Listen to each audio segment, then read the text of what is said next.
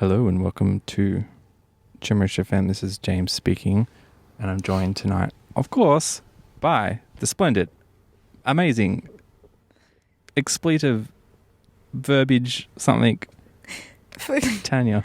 Hello. Teddy. For all of the people at home, I was making hand gestures every time you said a word. Trying to get me to say more things. You flatter me too much.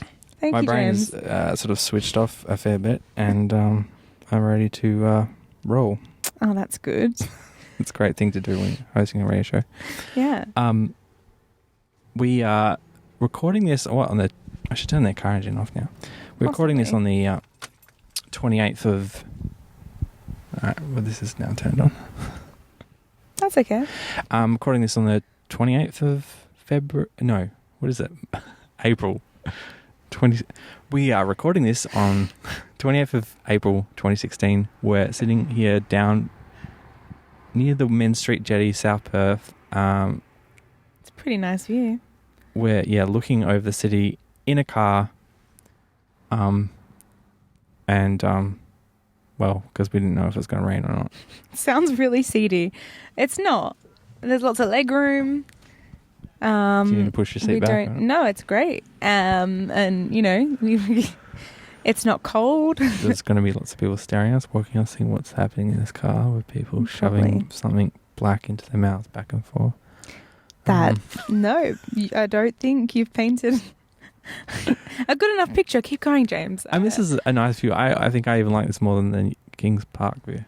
Yeah, no, I've always appreciated South Perth. It's got a nice... You can see all the lights. All of the lights. How are you? How am I? I'm pretty good. I feel like I need a nap.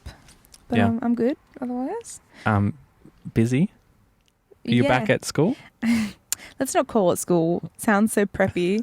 But yes, I've returned to classes studying. So it's getting there. Like it's always kind of like introducing the new things in the first week, and then it's like full throttle after that. Mm-hmm. But yes, so busier, getting some new things come up. So it's good. How are you doing? All right, I guess. Wow, that was so enthusiastic. It's been one of those weeks. I got to go to a wedding tomorrow. Yeah, actually, I have a friend who's going to a wedding tomorrow. Maybe you're going to the same wedding. That would be funny. City Beach? I don't know. She's got orange hair. Oh. If you see her... Does she have a name? Her name's Kim. Kim with orange hair. I'll look out for Kim with orange hair. And she's got orange hair, and we study together. So if it's the same wedding, that would be pretty amusing. Yeah. I didn't ask her where it was. There can't be that many weddings on a Friday in April, right? Yeah. I feel like probably not. So... If you see her, tell her I said hi. I guess just take an umbrella. Are you wearing that shirt? I'm thinking of it. I meant to text the bride before she got too busy saying, is it okay? Are you expecting me to just wear my usual Hawaiian shirt? Yeah, James is wearing... I think that's the only... Because I'm thinking the only reason I invited for that novelty value. But then she might be hoping that this is the one time I wear something different. That's true. Is it a beach wedding? Oh, no. It's just off the beach in the bush. Oh, okay. It's a bush wedding. Like, I don't know. I think it's the Quarry Amphitheatre. You know, Bulb Park or something. Oh, yes, vaguely. I don't know if I've been there, but I know of it. It's just over the road from the beach, and it's in a bushland, I think. Okay. Yes. I guess I'll find out when I get there. Hopefully I'll find it. Sure. I don't know whether I should drive or I should try and... Are you going to get drunk? Well, I should, you have to have a couple glasses to toast things, right? Yeah, but you don't have to. I don't know what kind of wedding this is, like if it's a get drunk wedding, because the bride herself doesn't really drink, so... That is tricky. Mm-hmm. That is very tricky. I don't know. And I don't know anyone there, I don't think. Are you not Apparently I might know one of the bridesmaids from a long time ago, but... Oh, that's a bit orcs. And you didn't get a +1? I probably did, but I don't have one. I could have invited you. You could have brought a friend, yeah. You can help me crash this wedding. We could have just... Did I tell you about the wedding crashing idea? From the wedding. Yeah. We just sat in the corner with microphones and had a chat. Yeah, I once tried to hire someone to pretend to be my wife at a wedding. No, you didn't. Yeah, like on Gumtree. What? Why? Please tell me it was an experiment. Well, I think I've already told the story before. So you have to tell me off air. Yeah. This sounds like a great story. Yeah, it was a really fun thing. And unfortunately, putting an ad out there on Gumtree for someone to play your wife at a wedding. Only the oddest, strangest people that applied, and so I basically, the people I met with, I was like pretty certain they're going to sabotage the mission or murder me because it was in a country wedding. How dare they? What have you been consuming? What have I been consuming? So, this week I have been consuming. Well, firstly, I saw this really good movie, actually. It was like one of those surprise movies that you kind of don't set out to see. I just watched it at home. But it has Emma Watson and Daniel Bruhl, I don't know how to say his surname, in it. And it's called Colonia. Have you heard of it? No. Yeah, I actually have heard. I have heard about it as in terms of Emma Watson being in a movie called Colonia, but I don't know anything about it. Have you seen the trailer or anything? I think I saw the trailer ages ago, but so I was browsing around like, what is it a historical period piece? Yeah. Well, no, it's set in the 70s, early 70s, when there was a military coup in Chile. Oh, right. Yeah, so it's based on this cult called Colonia Dignidad or something. And basically she's an air hostess and they only make like weekly trips in. Yeah. And her boyfriend, like she's British, and her boyfriend lives there and they're like in love and whatnot. And I think he's a bit of an activist against the government. Mm-hmm. And so the day that the military coup is on, they get like herded into this area, and the people who were like against the government, they had like a spy telling them who was pointing them out, and they either got shot or they got put away in this van and taken to this place to be tortured. And she didn't know where they went, and so she's kind of like snooped around and found out that he's been taken to this cult. But these people there, they never leave. No one's ever escaped this cult. And so she's like, well, he's going to escape because I'm going to join voluntarily and get him out of there. And so that part's based on a true story. So they used to take people to this cult. Yeah. And this cult was running for like 50 years or something crazy like that. And but like that, it was still kind of new then, like maybe 10 years. But anyway, yeah, she joins voluntarily, and then she gets there and works out that they don't live together. So she doesn't see him for about 6 months almost. Which, yeah, so she thinks she's going to get out in like a week with him. They're going to escape.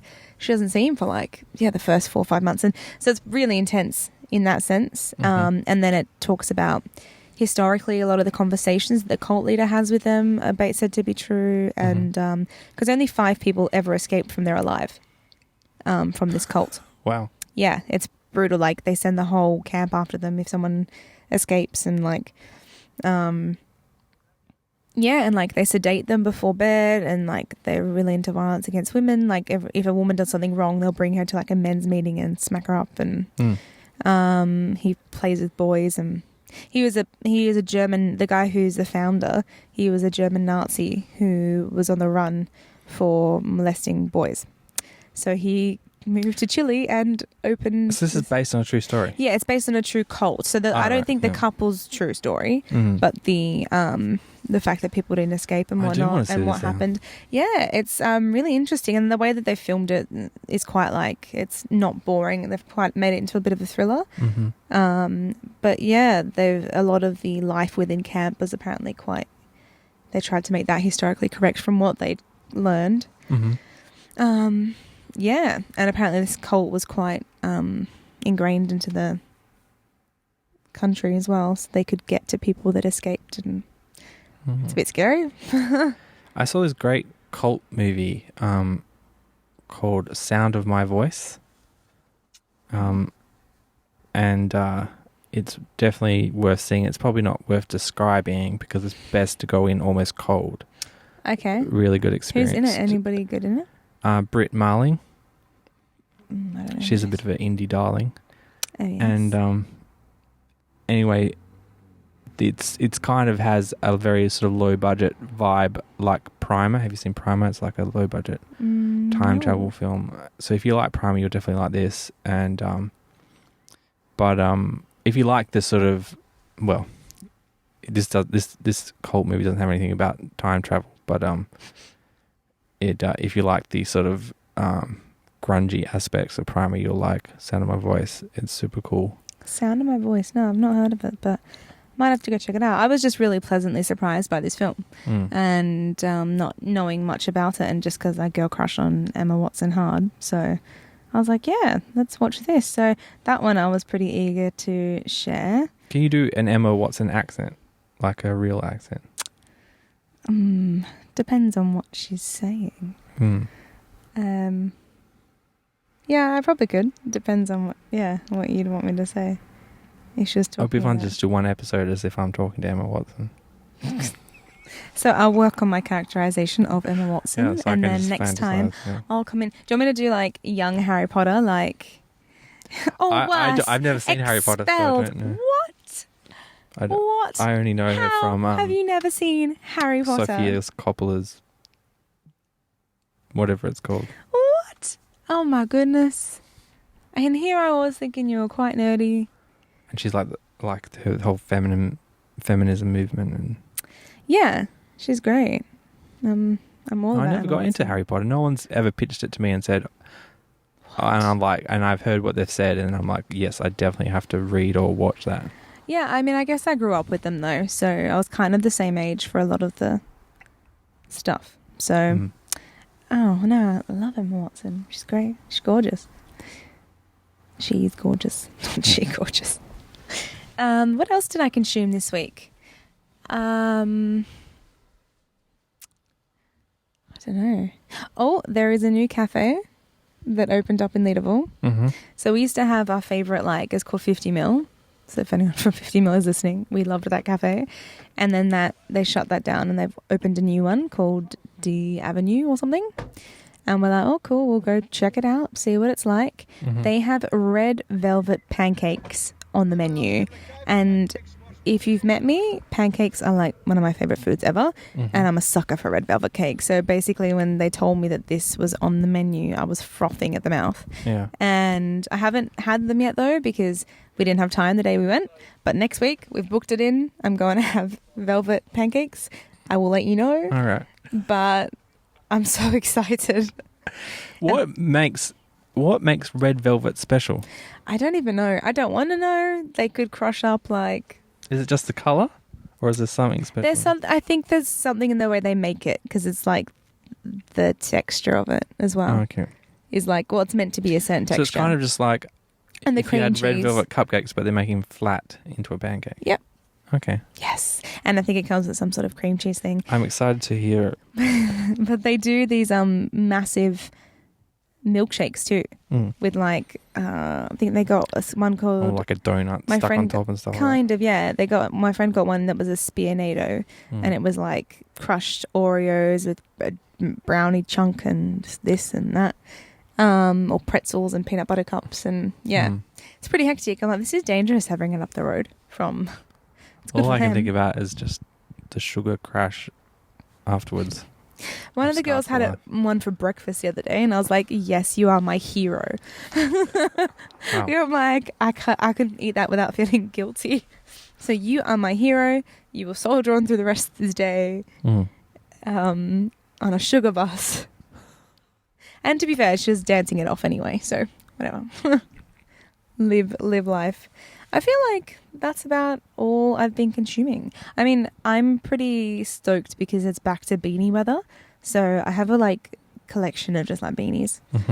It makes me miss London so much. So I've got my favourite kind of London. So my Doc Martens come out, my little sweaters and my hats.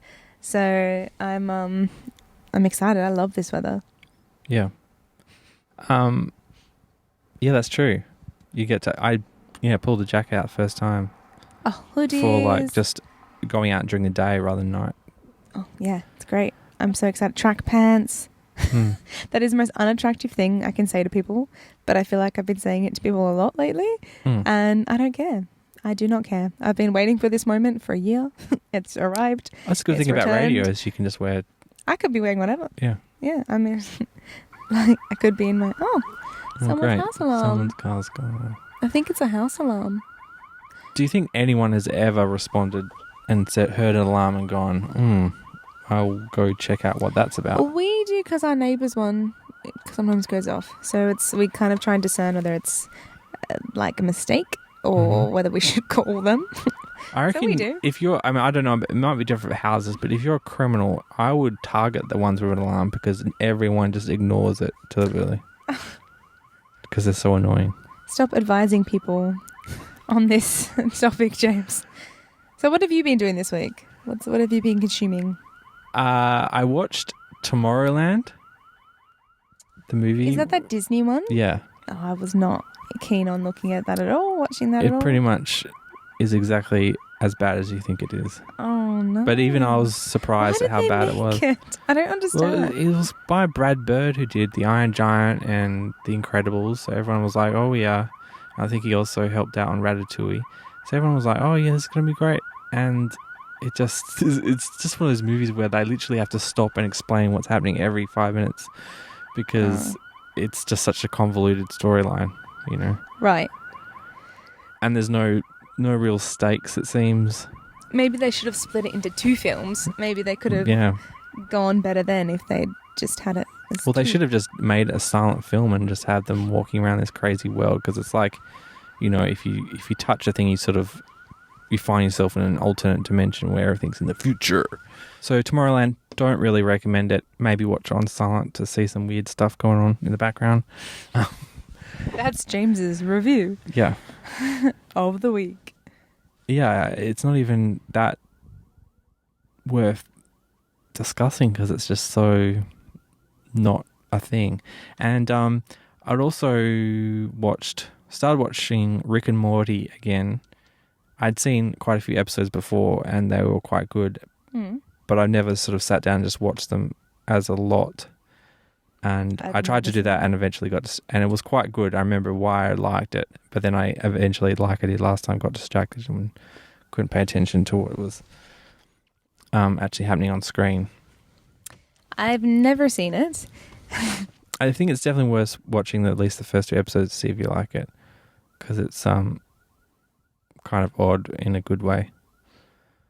I finished Kimmy Schmidt last week, the 2nd season, so pretty chuffed with that. That was pretty funny. That lived up to expectations? Yeah, Tina Fey. Does it feel like another 30 Rock? No, that's why it was so great, because she was her like drunk therapist who was a drunk idiot at nighttime, and then during the day was this different person. And yeah, it was really great. I really liked seeing her as a different kind of role, because I feel she's so Liz Lemony nowadays. And yeah, it was fun. So and Lisa Kudrow was her mum. Okay. In the last episode. So that was fun. So I think I just watched that and a couple of just my usual shows. Did you ever see that show that Lisa Kudrow was on, that where she plays sort of an aging actress who's trying to make a comeback? I think it's just called The Comeback on HBO. I've heard of it. I've not watched it though. I watched the first season. It was okay. It was probably good for its time, but it's a bit dated. And they brought out a second series just like last year or something, and I meant to just check it out to see like if they've updated to make it more hip or whatnot. But I don't know. A lot of people love it because it was like it was very much trying to do what The Office did in America, kind of thing. And I don't think it was before The Office, so it was kind of trying to take that on. Can we just point out that building over there has half of its lights on? Exactly half. Yeah. And half of them off? I think that's the brand new building, so they probably haven't even moved in. Is it upstairs. New? It's tripping me out though. It's literally half of this building is lit up, and the other top half is darkness. Yeah, I mean, I think they only just finished it, the actual, at least outer structure, a couple of months ago. So they haven't even installed stuff in the top levels. Good job, Perth. Well, how long does it take to install? I have no idea. I don't. I'm always amazed that they, sometimes where they're building lights like that one over there, and there's still lights on. Yeah, I have no idea. Really. But what about Rio Tinto? They've obviously just gone home, the top level. Yeah, or maybe they're just not occupied. I mean, It'd be cool to they should lend those spaces out to artists, like while there's nothing there, and you could just have this whole space up there on a Maybe they tower. do. Like penthouse views. I don't know, maybe. We end up talking about the buildings all the time. Yeah. Let's get on with it. Let's move along. Did you get any feedback from your friends about our topics last week? They didn't listen to the whole thing. Mm-hmm. My friend that is a theatre buff was quite pleased with the talk about Glee, just because she just happened to listen as we started talking about Glee. Yep. So she was stoked with that. And then my other best friend was like, of course you were talking about cake because you're you, and you talk about food with such rigor. So yeah, that was my review. If I was thinking about this, there's this other thing that I've been working on, and one of the things we have to do is think about questions about love and stuff like that. And so I thought I'd just test it out and ask you this one question I had. What do you think, if you had the saying, love means never having to say you're sorry? Yeah. Have you ever been in love, for starters?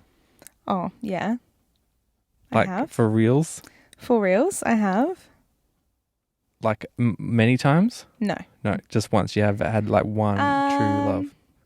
Oh, no. Like, true love implies that I've found it and I've Kept it. So, no, I've been in love a couple of times. A couple of times. And, like, okay. Set up the first time. Okay, no, set up the second time you're in love. You've obviously had the experience of the first love. So how did you know you were in love the second time and not like in lust or infatuated? This is deep. Well, it was a different kind of love, I think, but I only really worked that out afterwards. Yeah. So you didn't realize you were in love until after it was over? No, I knew I was, but I mean in the sense of it was for a different purpose. So it's nice to kind of look back and realize that was why it was. It was for a different purpose than to just be in love for. Yeah. Yeah. So I think the first one was more like young and whatnot, and then the second one was how far apart? The two. A while loves. Apart, like 4 years. Okay. Yeah. And so, like, and you'd gone through, you'd had lots of little crushes and stuff in between that 4 years? Or was this the first thing that really turned your head I don't really remember, actually. I could probably gone on some dates, maybe. I'm not quite sure. Like, I probably had some things going on, but I don't remember the in-between stage. Yeah. This person, it was pretty instantaneous with. I actually met them overseas. Right. Yeah. Yeah. So it was like, I'm in a foreign city. Were they a local? No. So you're both in a foreign city alone. And no, not even alone. I think he was with his family. Oh, right. But yeah, no, it was just for a different reason. We're still friends. I mean, he lives in the country. Oh, right. But we're still friends on occasion. We chat and see how life is and stuff. I think he was more for my brain. Yeah. And it's nice to be able to look back and think, I can see why I needed you at that time because you showed me a different kind of... Like stimulating or healing? No, stimulating. Yeah. So it's... it was a very different kind of like challenging and stimulation, and it's nice to be able to look back and think, well, that's why I needed you at the time, and it's not bitter as such. And so you were in love for a period, like intense period, like how long? I wouldn't really put a time frame on it. It probably finished before I fell out of love, if that makes sense. Yeah. So, but I can't give you a time frame. Right, but it wasn't like 2 weeks of passion. No. It was like a it was like it felt like a lifetime in itself or something. Or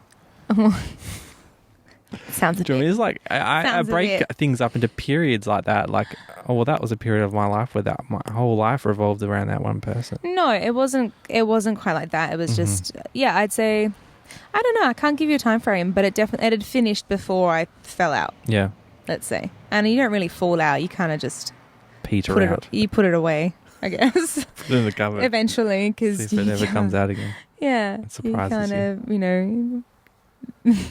I might say some things that reveal me as having like issues, so I've got to be careful what I say. Oh, you can be open. Yeah. No, I just mean like everyone has issues, but I'm just saying this. You kind of, what do I choose to share? Yeah, that's fair enough. So you're in this period of love, and going back to my initial spark thing was the idea of love means never having to say you're sorry, which is, I looked it up and it actually has its own Wikipedia article. Right. It was a quote from a movie. Yeah, where does it come from? Because I think it's bullshit. Some Ryan O'Neal movie. I don't know who that is. It was. I think he's the guy from Barton Fink, and no, not Barton Fink. Stanley Kubrick movie, period film. Barry Lyndon. I knew it was something. A guy called Barton or Barry Lyndon. Yes. Yes, I think he was the star of that. That's what I think I know him from. And then he actually made a film a few years later where he actually scoffs. Someone makes that comment and he scoffs at it as like a little wink to that original quote. So you think it's BS? You think if you're in absolute love with someone, you're fully synced, you still have to say sorry? It depends on what out for. Loud. It depends on what for. But would you have to say it aloud, or do you think you can read it off people's eyes and their actions? Like, yeah, you could definitely read it. I just think that you just hold someone's hand and they go, "Oh yeah, I know that means sorry." Yeah, that's definitely a thing. But I don't think that you could never, if you're in the wrong, that you should never be that you can never communicate that you're sorry. That just sounds like some sort of you should know that I'm sorry, almost. But what if you absolutely love, then you can never be in the wrong because you always have the intentions, I guess, I feel like that's to bullshit be the best for your relationship, maybe. I feel like that's bullshit too. Yeah. I mean, really, when you think about, if you're absolutely in love and you think you have the best intentions, let's be real, that's not going to happen 100% of the time. And if that does happen, then you're very lucky and your relationship must function at a high level, and that's great. But I feel like for the most part, you're allowed to, and that's the thing that, like, I'll talk to some of my friends if they fight with their significant others, and some of them don't. And I find that really weird. Yeah. I mean, that's great for them, but I think it's healthy to argue to a point. Like, you're allowed to disagree. It's how you handle the disagreement. But a couple of my friends are like, yeah, I never fight with my boyfriend. I'm like, what? What? I was like, does that mean you agree just with everything they say? Or do you genuinely just agree as is together, which is great. But yeah, I think it spins me out when people say that they never have had especially if they've been together a long time, like honeymoon phase, yeah, sure. Yeah. But yeah, some of the people that have been with their boyfriends for years and they're like, no, we don't fight. I was like, are you being honest or are you genuinely... I feel like most people are honest about that. I remember I had a sort of relationship with this person and it was a really complicated relationship. And I remember like almost hating her, but I still like loved her because I was like, you know, I love her. It really is. I love her flaws as much as her good things, and that's true love. And I would see her do terrible things. And I'm like, oh well, that's just her. And so I didn't even start an argument about that because I'm like, oh well, that's her. You know, that's who she is. Yeah, but that's obviously what you like. It's very passive. It's passive, but you obviously appreciate that in her. So that doesn't mean that it's passive. But I don't think that can lead to a good relationship. It depends on... Because it depends on what you see as moral in that sense. Because you could be like, cool. Other people might see her do it and be like, oh my God, what's wrong with you? But obviously it doesn't matter to you. If you kind of got that rose-coloured glass on, there's a difference between the rose-coloured glasses and just being okay with people. Yeah. So you obviously were just like, that doesn't affect me when she does something like that directly. Yeah. Like, You know, because some people do. They'll take that upon themselves and be like, oh, I'm really offended by what you've just done, even though it wasn't directed at them. So obviously you just didn't have that issue, which I don't think is necessarily unhealthy. It's just, I think it just depends on the person. It's interesting. I don't know. Who knows? Do you ever worry about assumptions? You know, the saying, to assume is to make an ass out of you and me. And obviously not saying sorry because you assume the other person knows you're sorry. Could be disastrous, right? Yeah. Actually, no, that's true. That I've had arguments with people about that. Not arguments. I just get annoyed by people like that. Yeah. Because I'm like, it's not difficult to just be like, to reiterate and say I'm sorry. Or then I've had the reverse where I've gotten annoyed because I've made an assumption over something in my head. And not said it. And then they're like, why are you annoyed? I'm like, well, because this and this. Where did you get that from? Oh, because my brain likes to link things together you know, and my brain likes to make leaps and bounds sometimes. Yeah. And other people might not. I think that other people make the same links that I do. And I forget that they don't sometimes. Yeah. But then when I break it down, it's pretty logical sometimes. Yeah. Sometimes it's not, but sometimes I'm like, yeah, but you see this and this, and I'm like, oh, okay, yeah. I'm like, sorry, I've just completely gone boing to the next thing. So yeah, assumptions are dangerous. Jump to conclusion. Yeah. Jumping to any sort of conclusion or making an assumption about something where you've not necessarily heard the whole thing. Yeah. And then sticking by that, it's definitely it's dangerous. It's amazing how dangerous love is. Do you know what I mean? Oh, it's bollocks. You know, it's we obviously live in this ultra first world. We live in the most remote city. We're a long way from anything really terrible. In terms of stuff out of our control.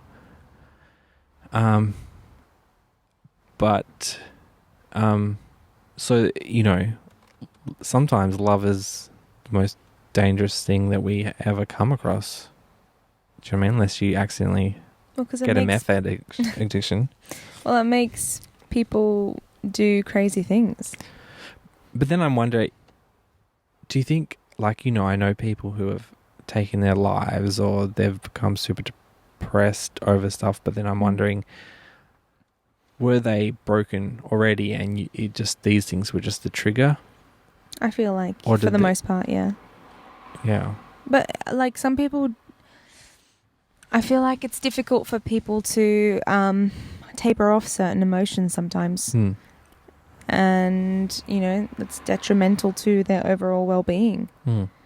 And everyone has a few of those that will be their downfall in the sense of what emotion that overrides other things. And, you know, and some people, when they're in a relationship, that's just, you know, because you know that there's people that you know that are constantly in relationships. Yeah. And then there's people that you know that haven't had one in years. And to me, that blows my mind. I used to know a couple of, not so much anymore, but I used to know a couple of people that I swear would get out of a relationship and then be in one straight away after. Oh, yeah. Firstly, where are they finding this other person who is just as willing as them to be in a relationship? I feel like that's the other like difficult thing. And secondly, you know, is it a case of them not wanting to be them by themselves, or whether they just keep meeting these people that are in the right frame of mind to be in relationships? I have seen people line up the next one before they drop the on because they don't want to be seen as single in between, kind of basically. Wow. Or they just don't want to break up with someone until they know they've got a safety net in this other person. And I've seen it a lot of times, and I wonder if it's just a Perth thing because I haven't lived in another city. No, I feel like that's a global thing. Not hard. There's very few single people in Perth. Excuse me? Do you know what I mean? Obviously, you have a perspective because you're on Tinder and you're literally meeting every single person. I'm not meeting every person on well, you're at least flicking through them. I'm not. I actually have been really lazy the past month. I'd say the past month. Okay. Well, for when you were really active, you would have probably come across every actively single person. I bet it's 100% of people who are actively single are on there because it's probably a small amount and they can fit them in all in. Well, I don't know. I was laughing at that statement because I feel like that there's lots of single people, but they just don't want to be taken. Well, yes. Well, like me, I'm not actively single, if you know what I mean. Like, I'm not looking. What they say, single but not looking. I don't know. Yeah, I mean, but I just, everyone I meet, it seems, and maybe it's just all anecdotal, so who knows? But it seems like they have a long-term partner, or they've just begun this wild, passionate relationship. There's no, I never meet people in between. really? But maybe that's just my work environment. Maybe, yeah, because I know a lot of other single people. Yeah. Rather, when I hear about, I guess, because my perspective on other cities is just listening to people on podcasts from other cities, is that they have just a much more. It's much more normal to be single, and it's special when you have like a long-term relationship, rather than, like a rarity almost. But yeah, I don't know. I mean, how do you decipher this information coming to you? I don't know. I have no. I don't have any stats. I mean, I've quite found that most of the people I've spoken to, that if I find out they've had a boyfriend, when I'm like, oh, that's nice, cool. How long have you been together? They're like 7 years or something crazy. So the people that I have spoken to seem to have been in the long ones. So, but it's all, all up in the air. So amongst your sort of peer group, there's a lot of single people? Yeah, there's a few. I mean, I have a lot of my friends range from different ages. Mm-hmm. So, yeah, I've got... Is there would you say a majority are single? Yeah, a majority are single. Okay. So maybe I'm just in the wrong Actually... bubble. Or I'm not in the wrong bubble, but I'm just in a different bubble. Oh, actually, no, I don't know. Maybe 50-50 then. Actually, yeah, 50-50 more as the years gone on. I remember, like, in when high school was like, we're going to be the generation that doesn't get married till, like, we're like 36 and, we're dirty 30. I know it's later, but I don't think it's... But now I'm a rare person amongst the people I went to, like, high school and university with, that I'm actually not engaged or married. Or with child. Or with child. With a de facto partner. That you know of, James? Yes, probably. Who knows? Who knows what's happening in Thailand? You're going to go and there's going to be this kid that runs up to you in a Hawaiian shirt and just starts hugging you randomly, and you're going to go, what? And then they're going to start calling you dad. Yeah. And following you around Thailand. No, I'll just be sorry. I think I like them when they're about after 8. After 8. So someone else can raise it. Yeah. Until 8. And I'll adopt them around 8 when they can start actually watching things and consuming things and having opinions of things. Before that, it's just kind of like just stare at things and you don't know. Aww. I have a 7-month-old nephew. Oh, right. And he's adorable. But I can give him back. But how much time do you actually spend with him? Not that much. You get bored pretty quick. No, I don't want to throw you under the bus. No, I don't get bored. I just mean that I don't get to see him that often. Yeah. So I love it when I'm with him, but I get to give him back. Mm-hmm. So, that's a while away. I'm cool with that. I can wait. With all the kids and stuff. I should bring up all these love questions, James. Have you been in love? Not really. I definitely loved someone, for reals. Okay, well then your answer is not really.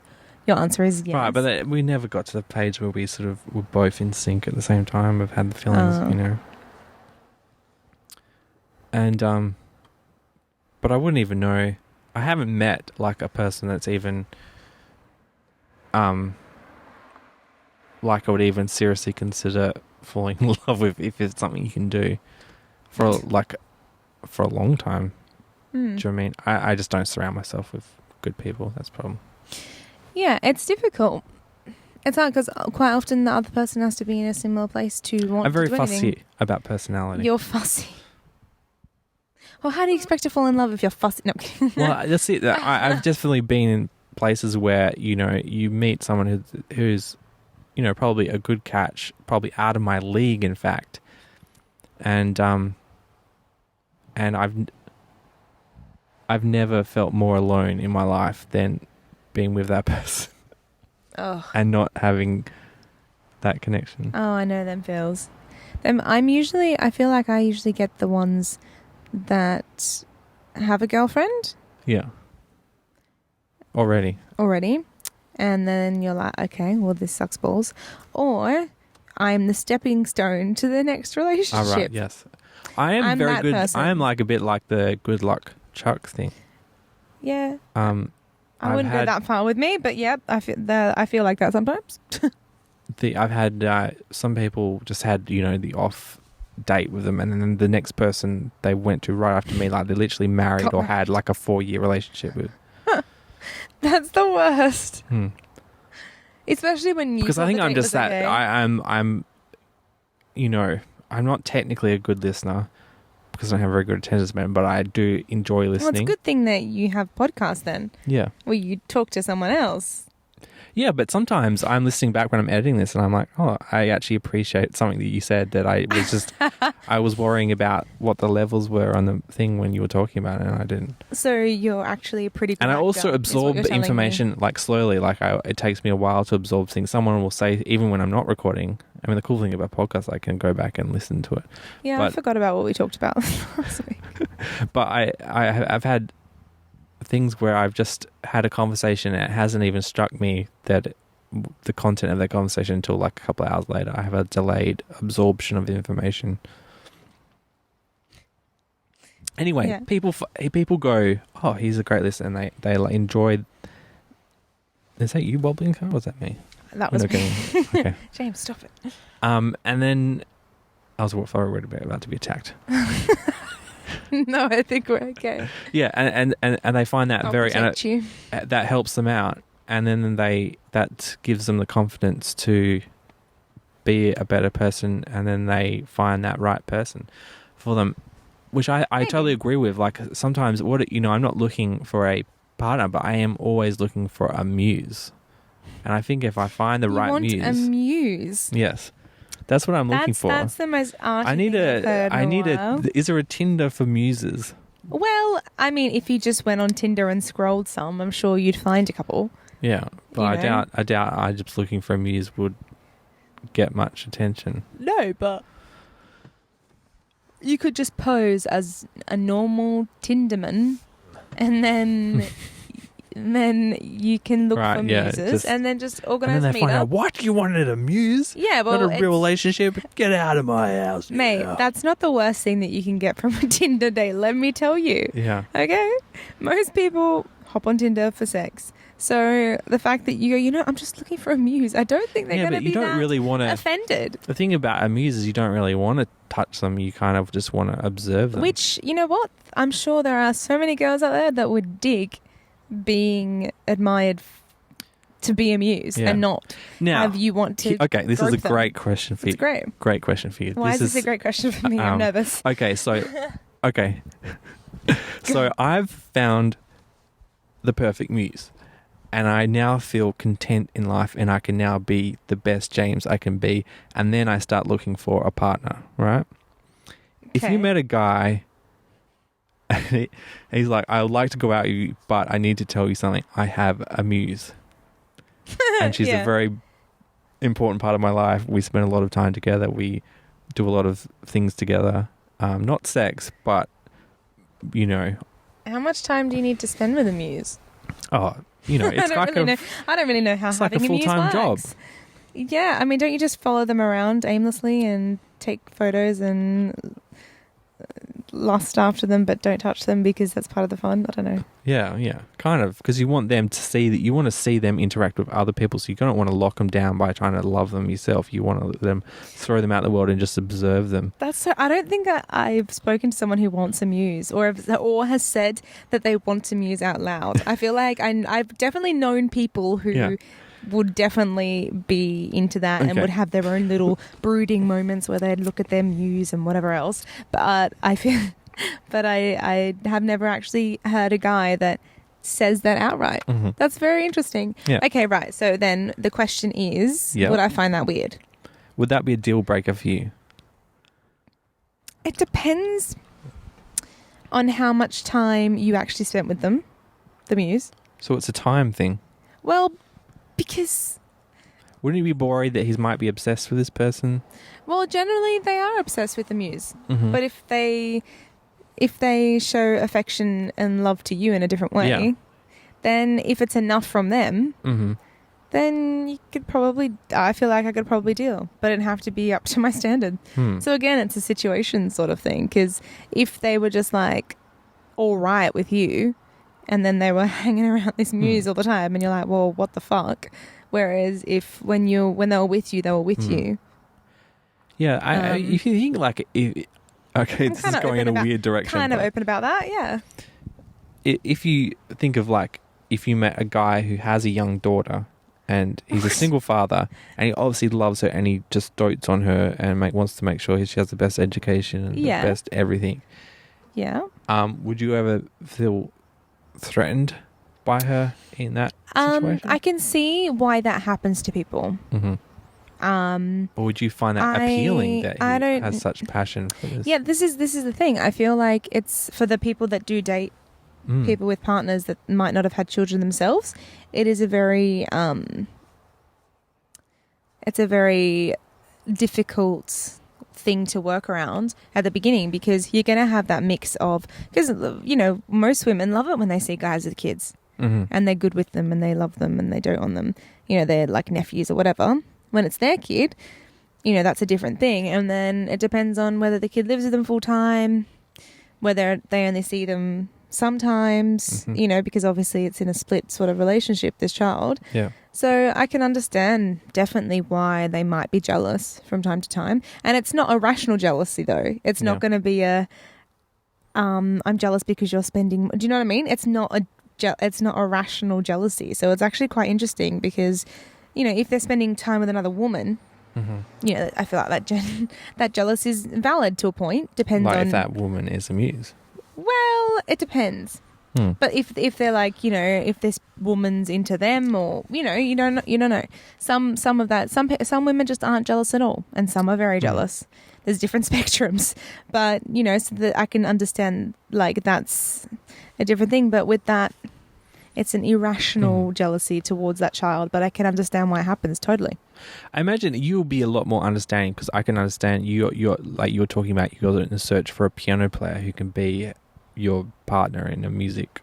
Yeah. Like a band, and obviously if you might find a guy that's just so perfect for that and you guys work together on your music and it's this really creative partnership and he's like your muse, but he's not necessarily going to be your lover. No, and but there will be a love for music. But you would have to manage your relationship with him. Yeah. With your partner, if which I don't have. This is all hypothetical. Yeah. I mean, it's obviously easier when you're single to do that kind of stuff. It's different maybe if you've set up that relationship before you get into a relationship with people like that when you have a working relationship. So it'd be more difficult if you started that whilst in a relationship, I feel. Because then that's when some of the jealousy would seep in, no? Because they connect on something. Yeah. Unless your partner is also musical and whatever else, you would be connecting on this with this person on a passion of yours at a different level. So I can definitely understand where that jealousy comes from too. But would you ever worry about that? Wait, if I brought it up. I actually really didn't think about it. No. It depends because, do you want to date someone who doesn't have interest at all in what your passion is? Like, I mean, they don't have to be musical or whatever. I would want them to respect it. They don't have to love it. Yeah, exactly. They don't have to love it, but you'd want someone who's going to ask you about stuff you're working on, even if they don't, aren't really that into said music. Or, I guarantee you that most of the men that I might possibly date will not like musicals. Yeah. Or maybe have never seen one in their lives. Yeah, yeah. And then, there's a small percent that, are into music and do this and play instruments, and which is great when you can connect on that level. Because then I feel like you can, at this point in my life, that's what I'm working on. You know what? To be honest, I haven't seen that many couples that really have a deep passion for something together that's not their kids or their house, or their holiday plans. Yeah, that's true. It's pretty rare when you see a couple. It's like, I can't wait to go see Batman, Superman together because we both love superhero movies. And I bet they're out there. They just don't seem to be I kind of wish. There's a difference between you both liking things and being passionate about things, for sure. Yeah, one of my best friends, he's an artist and his wife is an artist, and they really get off on the things that even though they don't have a lot in common with the things they like, they really get off about, like she really loves, what's the guy born in the USA? Rick Springsteen? No, Bruce Springsteen? Yeah, Bruce Springsteen. She's really into him for some reason, like you wouldn't pick it. And I don't think my friend is like that huge a fan, but he just loves that she's so passionate about it. Yeah, which is cute. Yeah. That's a supportive thing, yeah. You don't have to be those things are like, that's a great relationship. Yeah, you don't have to be into the same things as everyone else to be in a good thing. Yeah. For sure. Do you want someone who does have passions? Because I would find it hard to be with someone that doesn't have a passion. Yeah. No, Because some people that don't, they like a little bit of this, a little bit of that, they don't have some one love. Like, I find it weird. I don't know about you, but this is probably not you, but I find it a bit weird when I find out someone doesn't have like a sports team they really follow. Do you know what I mean? No, that one doesn't you get me. You don't identify with that. That one doesn't get me so much. It's more... You're one of these people that I'm talking about. Yeah. That I'm like, no, I like certain sports. Yeah. It's different personality types. For my personality type, if it would be a bit... It strike me as strange if they had not one thing that they were very into. Mm-hmm. That would be... Because I'm so like over the top and passionate about certain things that I love, I just feel like a dickhead if I sit there by myself, that there was no reciprocating thing that they could talk about. But that's not I don't know if it's a deal breaker. I haven't really come across that. So, I mean, I know some people that are really into like MasterChef or The Bachelor. Does that count as a passion? Yeah. Or do you feel like they're just a victim of commercial TV? Yeah, that's more of a victim than anything else. But no, that I don't know. We consider that a passion. But some people get it like this. For what, 3 months a year they get off on The Bachelor? I bet you I had more luck finding someone to help me do a Bachelor podcast than I did just a regular podcast. Probably. I get more applicants. Probably. What? You just want me to just talk about The Bachelor? Oh my God. Yeah. So the answer, you think it's a hard sell if I bring a Muse to a relationship? Or do you think people are like, oh yeah, I get it? It's situation. Like, it's based situation to situation. No, I'm talking about like percentage. Do you think like I'll get there's a 90% rejection rate, or do you think a 90% inclusion rate? I'd say 70-30. So there's a 30% chance I'll get rejected, or a 30% chance I'll get accepted for having a Muse? 30 rejected. So 70% will accept me for having a Muse? No, I change that. 60-40. Okay. Yeah. So 60% of women you think will accept Yeah. that I have a Muse. But it depends on Okay. how you go about doing things with this Muse, because some people have a very What if you different like idea of what a you're Muse is. photographing them naked? You know, that's the classic Muse. You're painting them nude, or That shit might have to stop when you get into it. I don't know. I mean, once you've depends seen on them the naked once, relationship. it's that's it. You know, like it doesn't make a difference if you do it could again. use that to justify it. You could see how your girlfriend goes with that, Exactly. and then that's tell what me I'm- about, and then talk to me about it. What do Tell you? me. When I said that, what was your immediate reaction? Like, ding, ding. Yeah, a little bit. Okay. But in saying that, it just depends on how you went about it. See, guys are dumb. They need to spend more time. It's stupid. Offending half the population. But guys need to spend more time thinking about how they're going to say things to their other half sometimes. Okay. Yeah. Because women are very into what you say. Yeah. Yes, actions speak louder than words. But if you're trying to explain yourself, you say one wrong thing, you're fucked. Yeah. So men really need to think about how they're going to, and they need to address it to their partner. Like they need to know how their partner works, because it depends on how you say it too. Because you could justify it. You just totally tried to justify it to me. Then I've seen her naked once already. I haven't slept with her, I haven't touched her, but and I could be like, well, the free spirit in me wants to be like, well, yeah, cool. Slept together in the past, would that be more acceptable or less acceptable? Less acceptable. Really? So Yeah. And And then you're like, can I paint her naked still, but please? yeah, because I would be That's more way like, less acceptable. well, they've obviously sorted out their sexual tension in the past. It's all over now. It's just Would you really?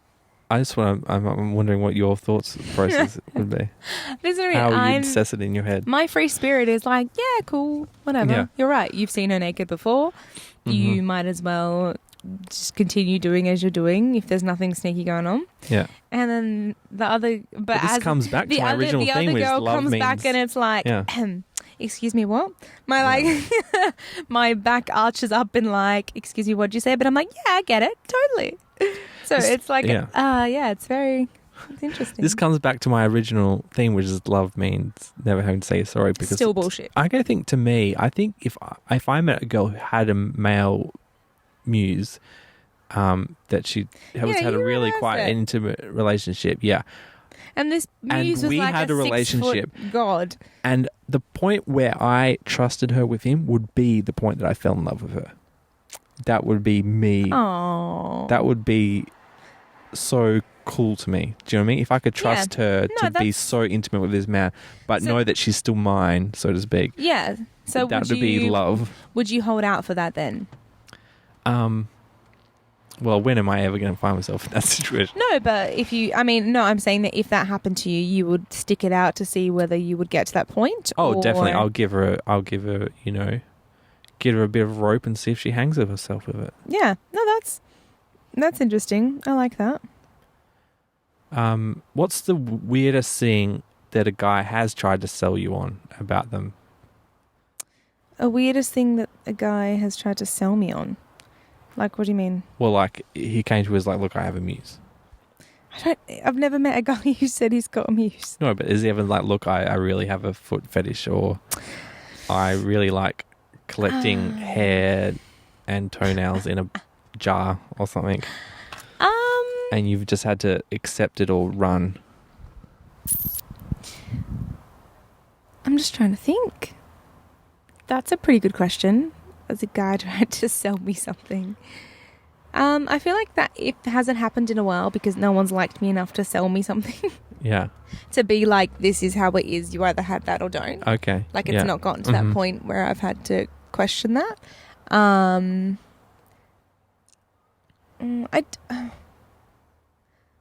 The guy I used to date years ago used to smoke like a packet a day. Mm-hmm. And I generally don't like smokers. Yeah. People or just the people doing that? Or doing that. It's not, it's not, especially when I care for somebody, it's like, what are you doing to yourself? Yeah. Fucking idiot.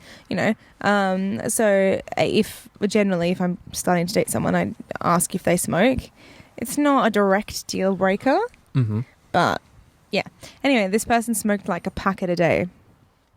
And I mean, he didn't try and sell it to me, but I kind of just had to accept it in the end. Yeah. He'd been doing it since he was 15 at that point. Mm-hmm. Like, obviously, I don't think he was smoking a pack a day when he was 15, but he'd been smoking. And then he's just been a heavy smoker ever since. And there was no trying to get him to smoke less. Yeah. Or because he just didn't want to do it for himself, and he thought he'd give in to other vices. Yeah. So he just smoked like a chimney. Yeah. So that wasn't really a hard sell, but it was more just like this is how I have to be, Mm-hmm. and you either choose to accept it or not. So that was probably, but that's not just like, oh, I'm a smoker. That's like a pack a day Yeah, yeah. smoker. So yeah, that's probably it. I feel like I don't think there's been anything else that's weirded me out, really. I've got massive fights about smoking with girls. Yeah.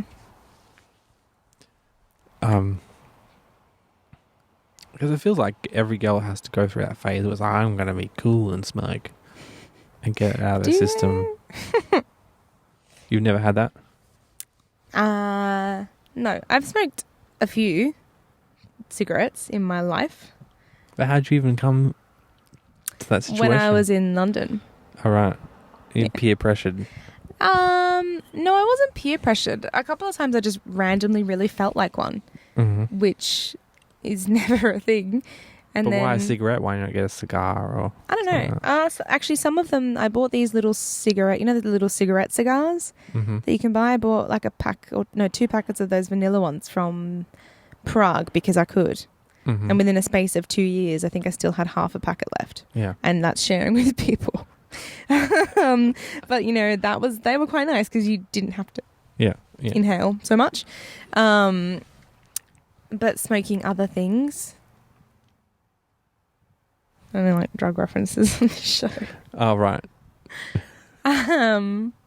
Well, I guess that doesn't count. I'm talking more about... Cigarettes. Because at least you're And- looking for something And that was on occasion. with other things you smoke. That was on occasion. Well, then Let me just point cigarettes, out. it's pretty rare that you actually need nicotine if you're not already addicted. Yeah, exactly. I don't know. I don't know why. I'd smoked a couple. But because, Anyway, I don't know. I don't want to go into lie. I've never had nicotine. You've never had a I think you're cigarette in your getting life? to vaping because now you can have nicotine my without God. smoking. Don't be vaping.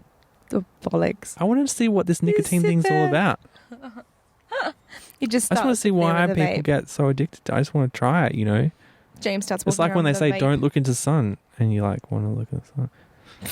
But see, I never would just look into the sun. I would put some crazy sunglasses on and then look at the sun, kind of like vaping. You're not actually smoking it, you're just vaporizing it, man. Yeah, I guess. Is that real? I can't even tell what vaping is. Is vaping just Vaping's a cigarette thing. juice in... I don't even know. Vaping's a thing. I just feel like it's a...